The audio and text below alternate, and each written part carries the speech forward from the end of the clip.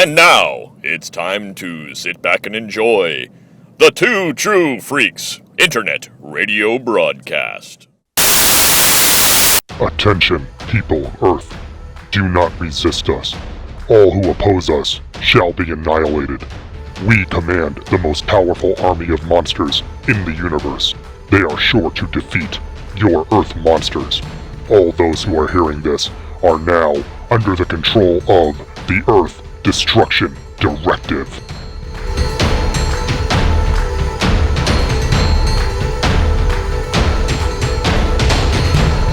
Hello everyone and welcome to Earth Destruction Directive. I am your host as always, Mr. Luke Giaconetti, and I would like to thank everyone for downloading and listening to the show today.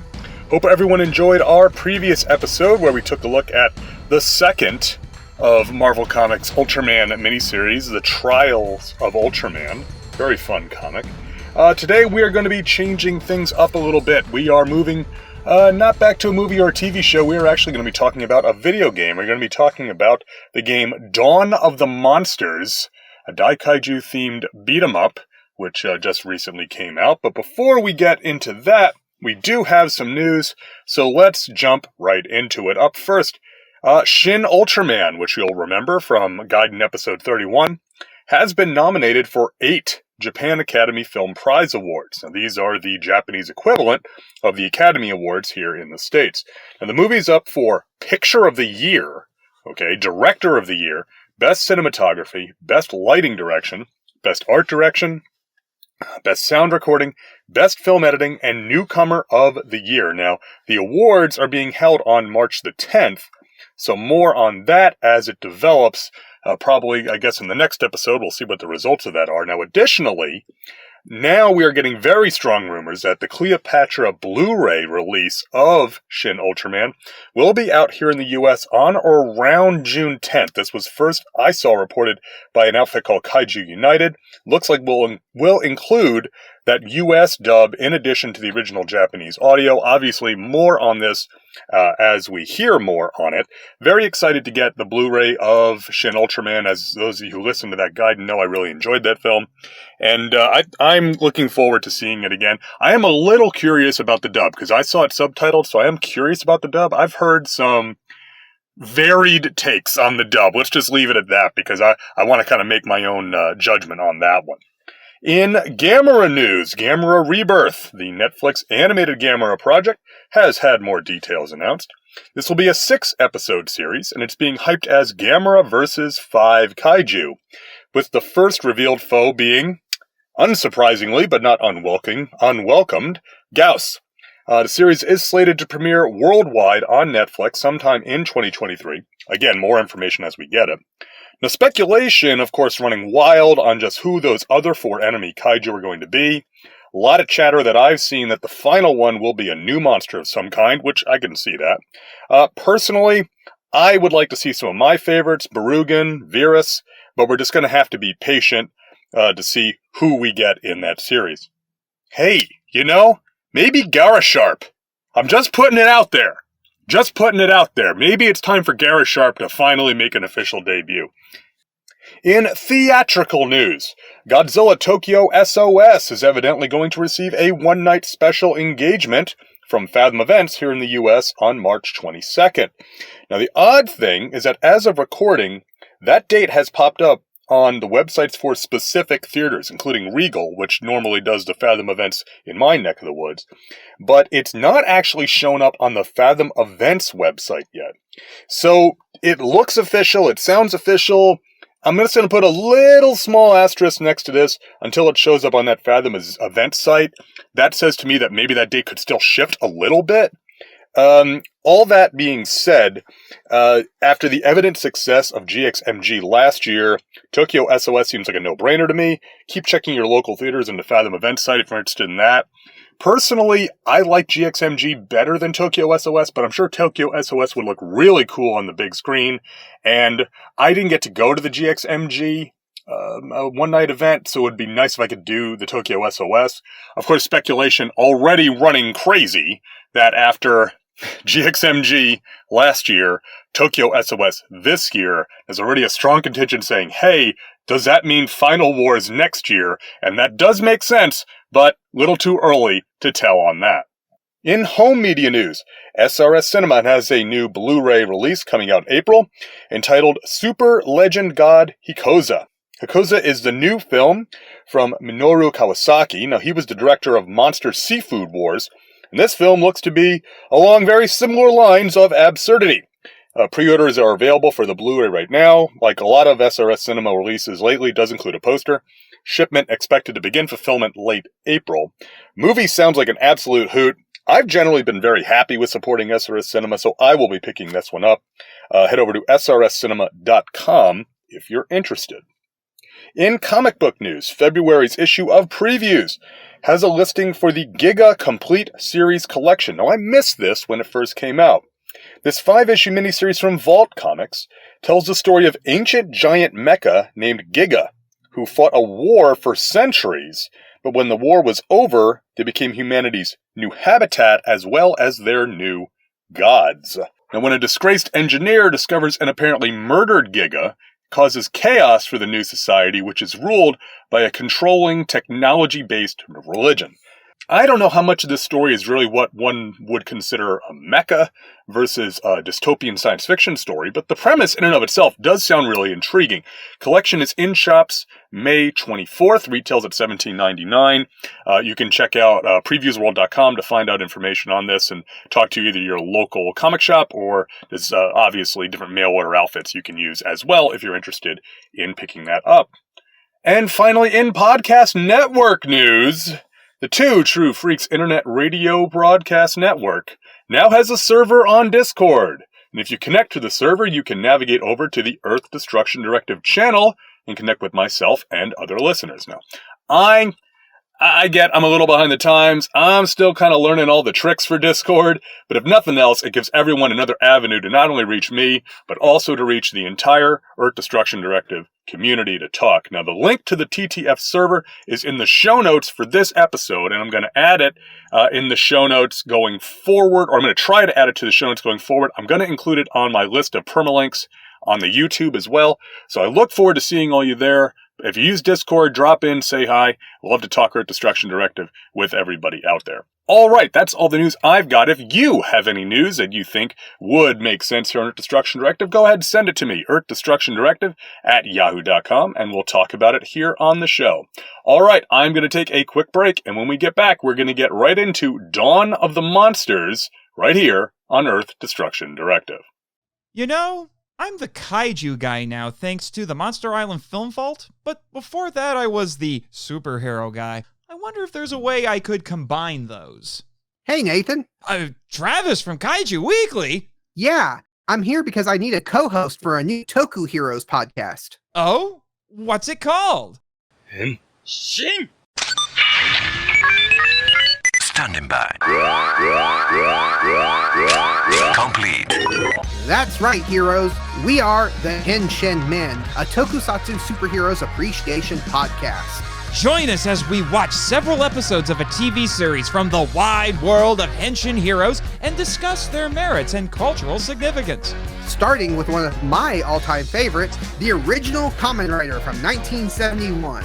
We'll give out awards for things like the best action scenes and crazy what the Henshin moments. So hear us every Monday in your favorite podcatcher to get your weekly Rider kicks. Gotta go, because we only have a minute to Henshin it.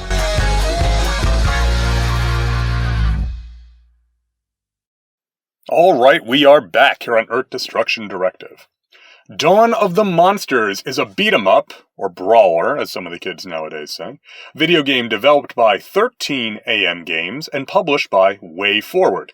The game was released in March of 2022 for Windows, Nintendo Switch, PlayStation 4, PlayStation 5, Xbox One, Xbox Series X/S, and Google Stadia. The game was also released as a physical game through Limited Run Games, which is actually how I obtained it for my Switch. Now, 13 AM Games is an outfit with whom I was not familiar at all before this game. They describe themselves as a quote-unquote upstart video game studio, and are based in Toronto, Ontario, Canada, which is likely why the first stage of this game is set in a ruined Toronto. Other games at 13 AM have developed include a platform racer named Runbow, and an action platforming game named Double Cross, both of which look interesting enough to at least check out. So I'm definitely going to be taking a look at those based on my experience here with Dawn of the Monsters. Now, the publisher, WayForward Technologies, that is a name I know quite well. Now, due to my great appreciation of the Game Boy Color, the Game Boy Advance, the Nintendo DS, and the Nintendo 3DS family, they're a studio with whom I was very familiar for games as wide and varied as WWF Betrayal, which was a beat-em-up game with WWF Attitude Era wrestlers in it. The Scorpion King, Sword of Osiris, a very cool side-scroller. Justice League Heroes The Flash, which is a fantastic beat-em-up game using super speed in a very creative way on the GBA. And Mighty Switch Force, which is a favorite of mine from the 3DS era, among many others. Now, regarding this show specifically, WayForward were also the studio responsible for the GBA title Godzilla Domination, which is sort of like a Gojified version of King of Monsters, but without the wrestling aspect. Another game which I do plan to cover here on this show at some point, so keep an eye out for that sometime in the indefinite future. The game itself for Dawn of the Monsters, it's straightforward in its setup. Now, from Wikipedia, the premise is as follows. The game begins in the year 2036, when enormous monsters known as the Nephilim invade Earth and cause massive destruction around the globe. 3 decades later, humanity establishes the Defense Alliance Worldwide Network, DAWN, and recruits the help of 4 different guardian creatures, Megadon, Ganira, Aegis Prime, and Tempest Galahad, in an attempt to retake the planet from these beasts. Gameplay follows a 2.5D beat-em-up format with a variety of smaller enemies to battle through until you get to the end of the stage, possibly fighting a mini-boss or a boss character. Being a beat-em-up, there's a definite pick-up-and-play aspect to Dawn of the Monsters, which appeals to me. Being a child of the 1980s, and having cut my teeth on beat-em-ups with my brother, with Double Dragon on the Sega Master System, and later games like Golden Axe and Streets of Rage for the Sega Genesis. For each mission, you choose which member of the team you will control. You have Megadon, a powerful fire-breathing Saurian, Ganira, a deep-sea creature with massive crab-like claws, Tempest Galahad, a piloted mecha with several different weapons, or Aegis Prime, a human who taps into a mystical power to transform into a Kyodai hero. Each character shares the same control scheme, but of course the implementation of that scheme varies for each. At the bottom of the food chain are your light attacks, naturally. These do the lightest amount of damage, but they come out quickly, and they can generally be chained together into a little combination. Next up, you have heavy attacks, and as the name implies, these do a little more damage, but are a bit slower. Again, they can be chained into a combo, but there is some timing needed here. For example, Megadon's heavy attack will actually uppercut the enemy into the air, and the second heavy will smash them back down to the ground. Now, if you're too fast or too slow in the combination, Megadon will whiff on that second hit. Eventually, you also will unlock a variation of the heavy attack, where by holding down the heavy attack button, you get an even more powerful strike. It takes a few seconds to charge up. In addition to the light and heavy attacks, each character also has a dash attack, wherein they will strike an enemy a small distance in front of them. Now, this attack of the regular attacks takes the longest to wind up, but it does the most damage, and it often looks quite impressive. Aegis Prime's version is a flying dropkick, and it's clearly modeled on many such flying dropkicks, which various Ultra heroes have attacked monsters with over the years. Each character also has a very unique ability, this really struck me as being something neat, to execute enemies who are near defeat. It's a one-hit killer. You press one button and you instantly kill the enemy. It's at the cost of some rage. We'll talk about rage in a few minutes. But it has the added benefit of restoring a little bit of health. It's key because health power-ups in this game are fairly limited. So if you manage using the executions, it's easier to build rage than it is to regain health. So this is a way to keep yourself going and get a little health back if maybe you're a little low because you got cornered. Now, in addition to the basic attacks, the 2 other key basic techniques are block and dodge. Both of these are important, as there can be a lot of enemies on screen at once, and absorbing damage endlessly will kill your guardian, resulting in a lower grade when you finish the stage. In fact, number of deaths is a statistic you're presented with after the completion of each stage. Now, both work similarly in that they allow you to mitigate an enemy attack. Dodge is exactly what the name implies. With the correct timing, your character dodges through the enemy's attack, taking no damage, and often allowing you to punish the enemy as they continue their attack animation, sort of like you'd get in a 2D fighting game. Block, on the other hand, is essentially two techniques in one command. When you block, your monster covers up, reducing the advantage they take from the attacks. It's not perfect, of course. Eventually your block can be broken, leaving you stunned. The more powerful command is parry, which requires absolutely spot-on timing. With parry, if you can time the block to exactly match your enemy's attack, you will reverse the damage back on the attacker. Very useful. Now this can be further buffed with augments, which is another thing we'll discuss in a little bit, but block and parry, again, very key, along with dodge, because there's a lot of enemies sometimes that you're facing. Now the next level up on the offensive chain are called rage attacks. Under your health bar, you have a series of smaller bars representing rage. These bars are slowly filled up as you stomp through the city, smashing the many, many destructible buildings and objects in your path. Honestly, this alone can be a lot of fun. Many buildings have a button prompt as you get near them. These buildings can actually be picked up and wielded like weapons or tossed as projectiles. That in and of itself is, like I said, it's a lot of fun, but it can also be a tactical play. Arming yourself with a building and then tossing it as a foe as they come on screen, it's a good way to get a cheap hit at distance. And as soon as you pick up and then destroy the building, it builds your rage up. So it's a good little bit of synergy. Anyway, once your rage bars begin to fill up, you can access the rage attacks. Each Guardian has 3 of these. Each one costs a different amount of rage bars. Generally, they fall into different categories of either being offensive, for example, Megadon's Fire Breath, which most Godzilla fans would likely appreciate. They can also be like buffs. Aegis Prime can change his fighting stance to buff his numbers, to other kind of more unusual effects. Ganira can summon a minion to battle alongside her, and Tempest Galahad sets a landmine which you can then trigger remotely when an enemy is nearby. The rage attacks, they're a lot of fun, but they can use up rage pretty quickly, so you have to keep track of that, along with keeping the range and effects in mind as well. It's very frustrating if you've got it lined up and you go to hit your rage attack and you're out of range, and you've now wasted that rage. On the top of the offensive pyramid are cataclysm attacks. Now, there is a very large bar underneath the rage bars, which is filled up primarily through actually using rage attacks, although there is a power-up you can find which will fill it as well. Now these attacks, as the name implies, are absolutely devastating. They do major damage to enemies as well as the environment.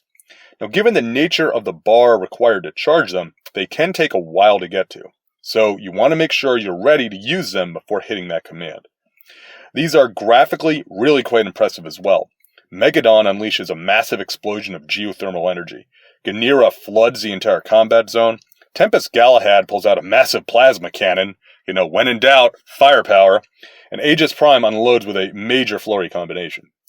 Now with all these attacks at your disposal in the game, from light all the way up through the Cataclysm, it sounds like the game will be overwhelming, but I have to admit, I found that the tutorial walkthrough you get, they go through their use really well, and soon you'll have all of them on hand and ready to use. It doesn't take long to pick up the control scheme here.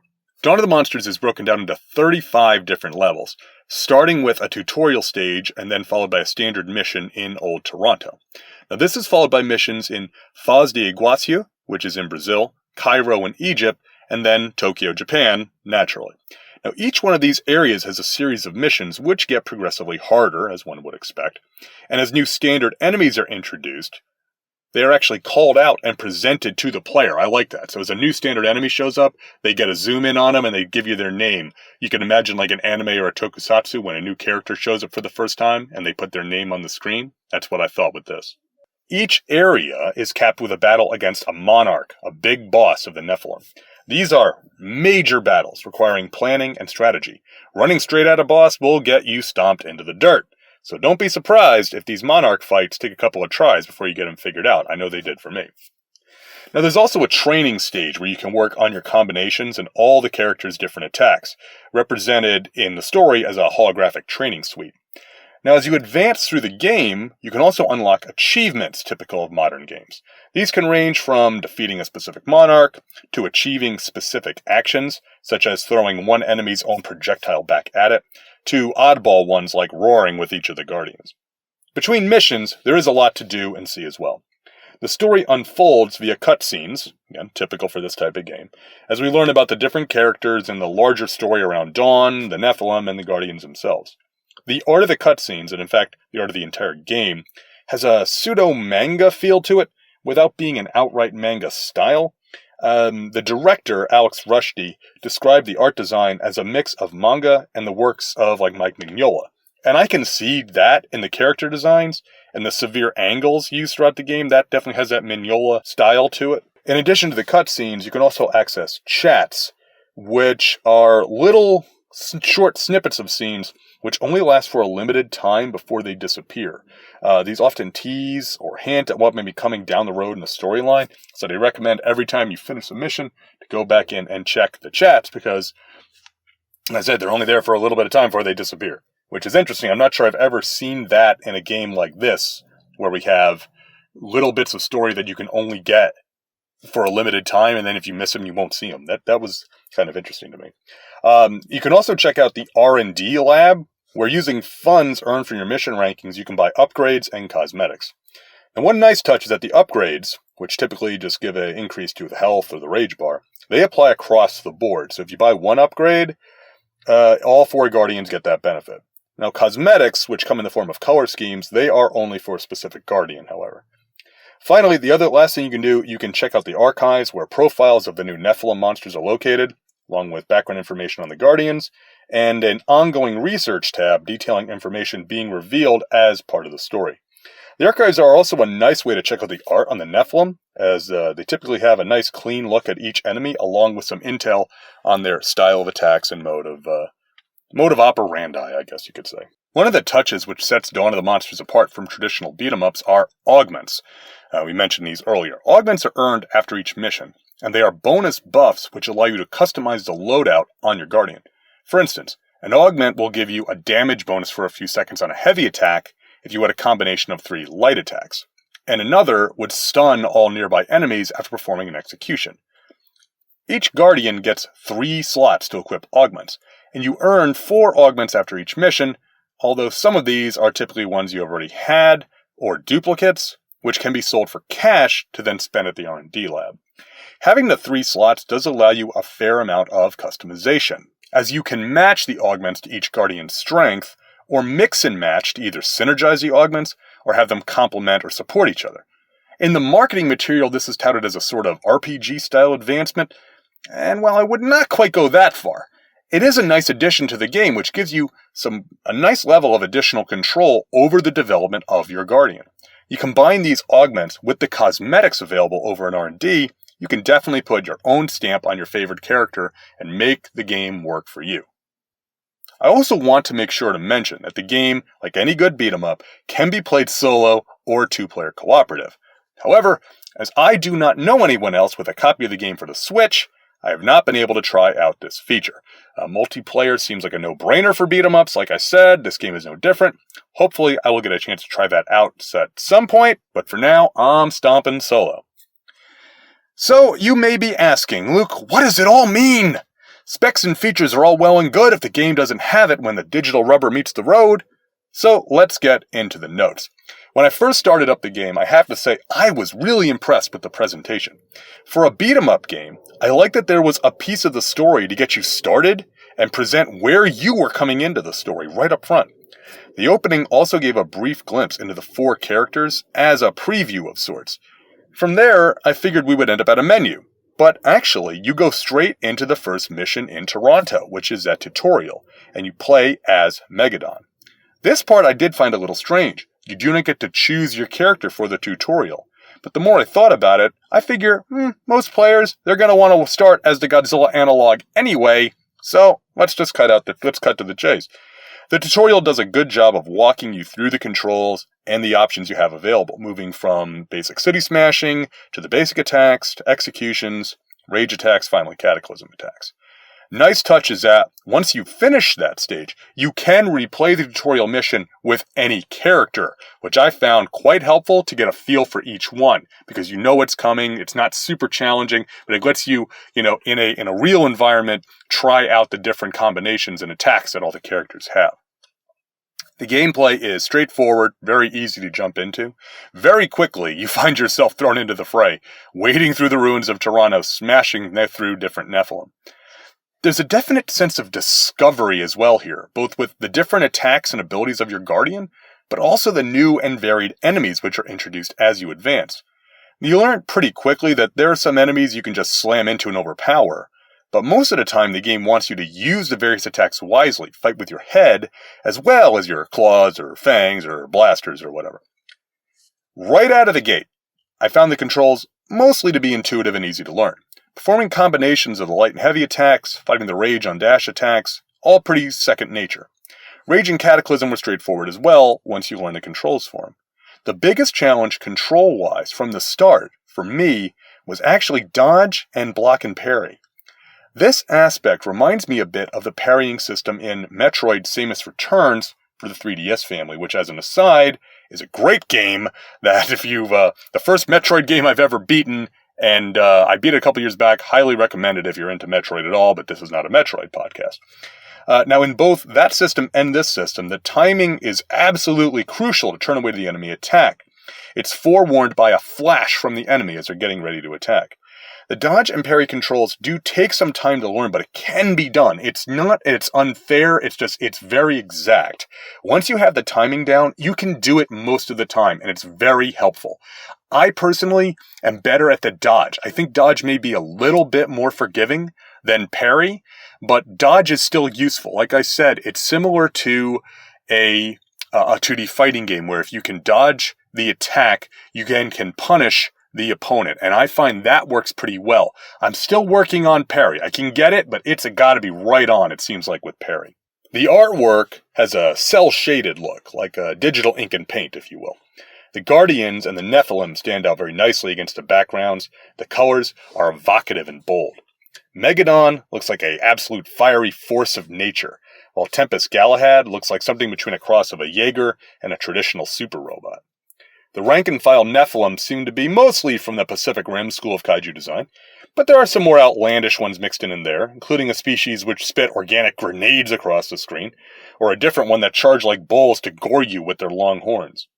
The Monarchs have a lot of personality and style. The battles against them stand out just about as much for the challenge as they do the almost cinematic approach to the combat. As you approach each Monarch, you get a little cutscene seeing them getting ready to attack you. It's very, very cool. The cutscenes and other non-game scenes look right in line with what I'd expect from a game with which WayForward has a hand. They're clean, bright, easy to understand and follow. The character designs for the humans, they look like they came from, this is the only way I can say this, a North American studio producing an anime show, which fits the background of this game's development pretty much on the nose, right? I mean, you've got a Canadian studio developing a game that leans very heavily on Japanese tokusatsu, so I can kind of make that connection, right? I will say that, like a lot of beat-em-ups, there's not a huge variety in gameplay. That comes with the genre. Some games do better about this than others. Dawn of the Monsters, it's good at what it does. It presents a daikaiju brawling game with some ability to customize your character, rather than trying to push the genre into new territory mechanically. It is a reasonable criticism, but as a fan of the genre, I'm willing to overlook it if the foundational gameplay is strong, which it is, and the theme is executed well, which it is. The game is also not particularly fast, nor overly fluid in how it looks and plays. These are large characters, they move like daikaiju. Diplomatically, you could probably call the game methodical. Again, in service of the theme, this is fine, but it is a legitimate point to bring up relative to other, quote-unquote modern beat-em-up games. Personally, I'm good with the pace and animation. I'm a fan of the theme, though. A neutral player might not be as forgiving. Of course, if you're listening to this show, you may not be a neutral player. You're probably already a giant monster fan. Now, given those criticisms, I do have to say the game was well met and well reviewed upon release, the Switch version garnering an 81 out of 100 average on Metacritic, and the PS5 version scoring a 76 on Metacritic. In general, reviews were favorable. Lack of challenge often being mentioned as a negative, but I can see that. You know, it's a beat 'em up game. There's only so much. I mean, you can keep continuing. You know, this is a genre that started in the arcades where they wanted you to keep putting quarters in. So they made it difficult, but not impossible, because they want you to keep putting quarters in, right? So same idea here. It's just there's no quarters. I tried putting quarters into the Switch. It doesn't work. Now, personally, I don't usually pay attention to reviews, if I'm being honest. I find too often reviews for any media, mostly movies, but this is really any media nowadays. They're more driven by ideology, a desire to pick winners and losers rather than the merit of whatever's being reviewed. Still, I do have to say, in the case of an indie game like this one, the reviews are useful, in that a smaller game does not necessarily open itself up to the more cynical, kind of pointed write-ups you get for the big ticket games. I'm not really into that scene. I more prefer indie games nowadays, so I can at least get more of an honest feel for those than I think you do the bigger releases. That's just my freestyle take on it. Overall, I am really enjoying Dawn of the Monsters. And yes, I said enjoying. I've not even beaten it yet. I'm still working through it. But I am glad that I decided to go in on that limited run games edition.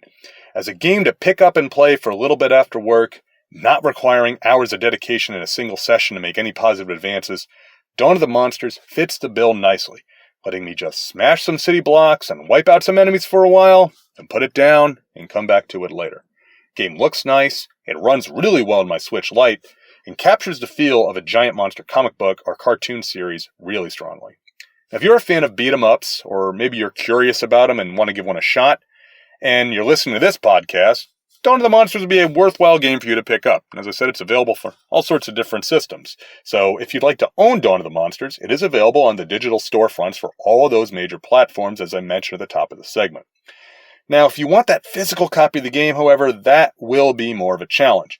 I checked it right before recording. The game is showing as sold out in all formats and versions on limited run games.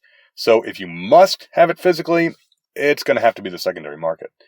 I will say that, while in general, I have always preferred physical media, I have to admit I have come around a bit on digital games, if only because for many, especially these indie games, that's your only option. Or maybe you might have the ability to do like a limited run games or something, but the cost differential makes it impractical to go that way sometimes. In this case, being this type of daikaiju game, I was willing to do that. For games maybe of a different theme that I like, maybe it's not worth it. Again, everybody has to make that decision. But again, big hit with me. I'm really enjoying it. My kids are enjoying watching me playing. If I had a regular Switch, I'm sure we'd have some two-player stuff going on, but maybe that'll be down the road. And since I have the physical game, I can get a regular Switch and take the cartridge out of my Switch Lite and put it into the Switch and still play it, as I'm pantomiming it for everyone to see as I hold my hand up to the microphone. So now I throw the gauntlet to you, the listener. Have you played Dawn of the Monsters? Did you think it lives up to the hype, or does it need more work? Write in and let me know. Earth Destruction Directive at yahoo.com. We can talk about it here on the show. All right, that's all I've got on Dawn of the Monsters. We're going to take a quick break, and when we come back, we'll get into listener feedback and close out the show right here on Earth Destruction Directive. This is an imaginary podcast, which may never have happened. The Shortbox Showcase. But then again may have. About a father and daughter. I'm Professor Allen. And I'm Emily. Who came from Ohio and talked about comics. Walking Dead, Tintin, Black Lightning, White Tiger. It tells of their rise to glory, when the great guests were yet to be booked. Let's put it this way, Shogun Warriors wasn't going to win any Eisners. And the great feats of editing not yet performed. This is Ultra 7, this is Ultraman Jack, and this Ultraman Taro, and this Ultraman Leo, and this of how they spoke at length. Continuity is really the brainchild of nitpicking nerds the world over. But to be fair, the best kind of confession is the Force confession. And reviewed in brief tales that explore creatively the bounds of a given character's history. Red Sun is wonderful with a very strange ending. Of brilliant creators before their fall from grace. This is the era where Miller is at the height of his creative and artistic powers. and the ability of strong writing to encapsulate and transcend its time. Flash of Two Earths by Gardner Fox. This is an imaginary podcast. Aren't they all? Shortbox Showcase is part of the Relatively Geeky family of podcasts. Check us out on the web at relativelygeekypodcast.blogspot.com or search in iTunes for Relatively Geeky or Shortbox Showcase. And remember, we're not experts. We're just family. All right, we are back here on Earth Destruction Directive, and I hold in my hand my favorite part of any episode, the listener feedback. So if you would like to get in touch with the show, you can email me at earthdestructiondirective@yahoo.com. You can also reach me on Facebook, Twitter, or YouTube, and now Discord. So if you'd like to get in touch, listen to the outro to the show, and we'll give you the information that you need. Our email this time comes from Nathan Marchand over at the Monster Island Film Vault, and Nathan writes, Ultraman Saga. Is it a Zero movie? Nathan writes, greetings from Monster Island, Luke. Greetings, Nathan. Always glad to hear from you. I've been catching up on your show during my Christmas break, and I was happy to hear you cover Ultraman Saga. Since you said your mailbag was a bit dry, and this film represents two of my podcasts, Monster Island Film Vault and The Henshin Men, I figure I'd write in. I watched Ultraman Saga as the capper to viewing the Ultraman Zero collection, which, as an aside, we did mention in the episode is in that Mill Creek collection. Nathan continues, in fact, I covered the two side stories on a pair of Henshin Men episodes, which featured my friends Jack G-Man Hudgens and J.R. Villers from the Drift Space podcast. As the end of a trilogy for Zero, the film is odd. Zero feels more like he's part of an ensemble than the star. I agree with that completely, Nathan. I agree with that completely. It is... After, again, the arc that Zero takes in his movies, this one just kind of goes off in its own direction. And I can usually applaud that, but it does seem odd. Odd is the right word. Nathan continues, it's almost more about Dinah from what I can remember. As you said, it lacks the scope and stakes of the previous two Zero films, but that doesn't make it bad. It just doesn't have the oomph of the previous ones, including the side stories. Yeah, and I agree. It's not a bad movie. It's just, it's odd that it's the final one. It almost feels like, and again, I'm just kind of freestyling here. It almost feels like this should be the second one, right? In that Zero is, you know, the guy that's gotta come to terms with what he did wrong and learn to be a hero in the first one. And here he's, you know, again, you gotta change it a little bit, but he's on his own. He's learning. You know, he's helping somebody out. He's learning from these older Ultras. And then Revenge of Belial, he's got to go recruit his whole team and become the big damn hero, right? So it's almost like that. The details don't quite fit, but it is just an odd trajectory, like I said.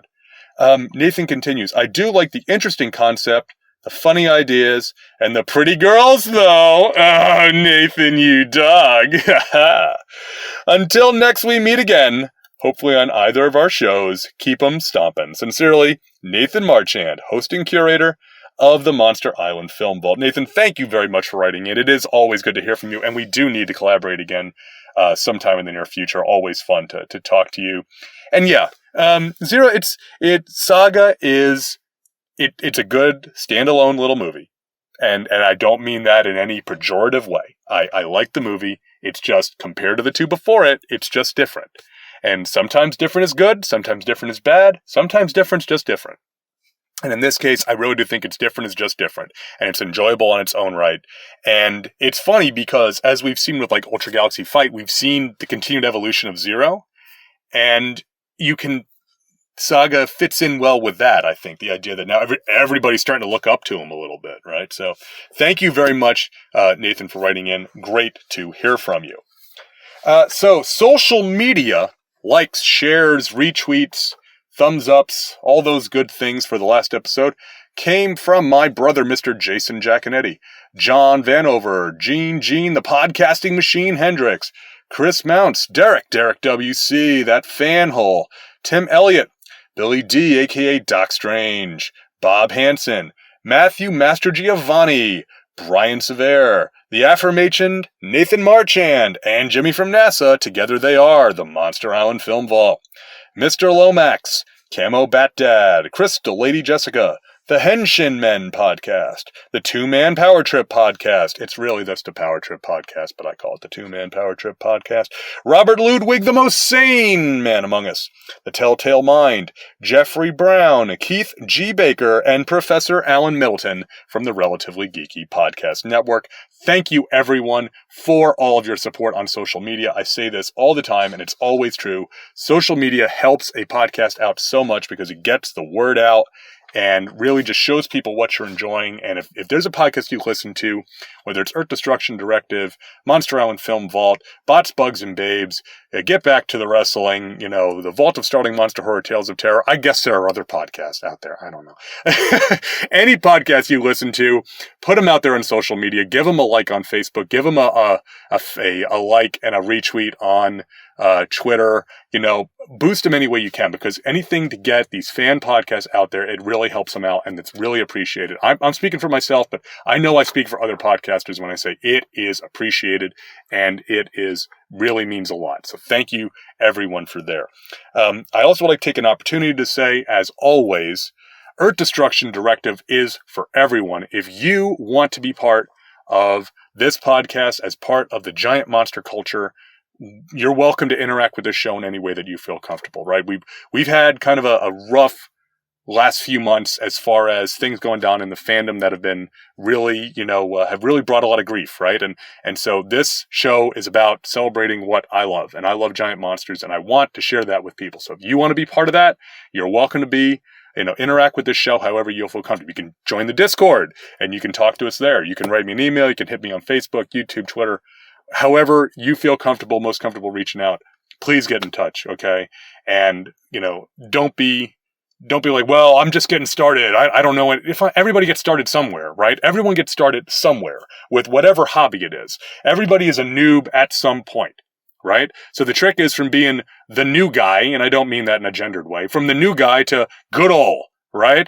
Good old Jack and Eddie. He's been around forever, right? So it's, don't feel like there's no gatekeeping here. We're here. We're a show for the people, right? We're like Rock. We're like The Rock. We're basically the people's champion of podcasts, which is funny because I previously had described myself as the super collider of daikaiju podcasts, and I'm going to leave that one out there for everyone else to think about. But in closing, for my weird rambling, all are welcome at Earth Destruction Directive. All right. I think I've gone on long enough. I think we need to close this out. We can't close out the show unless we say, what are we talking about next time? So next time, we're going to go back. This is going to be the third time we've covered this topic in the year of 2023. But you know what? I programmed the show, so I can do whatever the heck I want. We're going back to Ultraman, and we're going to be taking a look at episodes 32 and 33 of the original series featuring the monsters Zumbalar and Mephiles. This is really amusing because Zumbalar and Mephiles have both turned up on this show recently, but now we're going back to the beginning, so we're going to see the origins of Zumbalar and Mephiles, Ultraman, episodes 32 and 33 next time if you want to watch ahead. Would like to thank everybody for listening to the show today. Hope you all enjoyed talking about Dawn of the Monsters. And hey, if you're playing on the Switch, let me know what you think, because I said that's what I'm playing on. I know I've heard some other folks, and I think Nathan did some stuff. I forget what platform that was on, where he was live streaming it a bit. So if you're playing on the Switch, I'd love to get specific feedback about that too. But thank you for listening. Hear me talk about Dawn of the Monsters. Please come back next time. We're going to talk about a couple episodes of Ultraman. And until then, keep 'em stomping. This has been Earth Destruction Directive, a daikaiju podcast. Produced and created by me, Luke Giaconetti, as part of the Two True Freaks Internet Radio Network, available at twotruefreaks.com. This is a fan work celebrating the history and culture of Japanese giant monsters.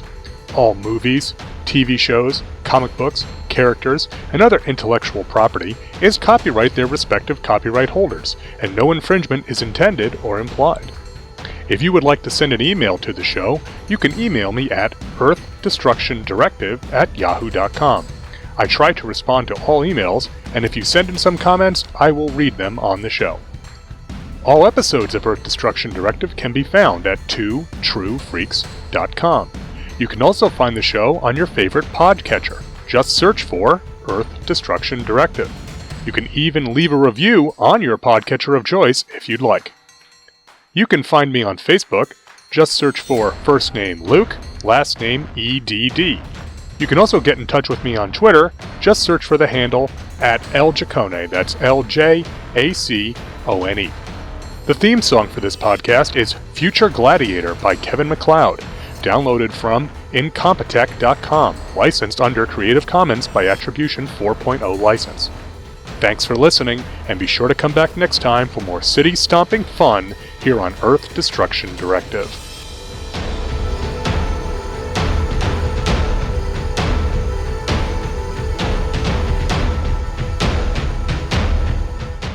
Tune in next time to hear the crusty old podcaster from Oklahoma say, There's a WTF moment if I ever saw one.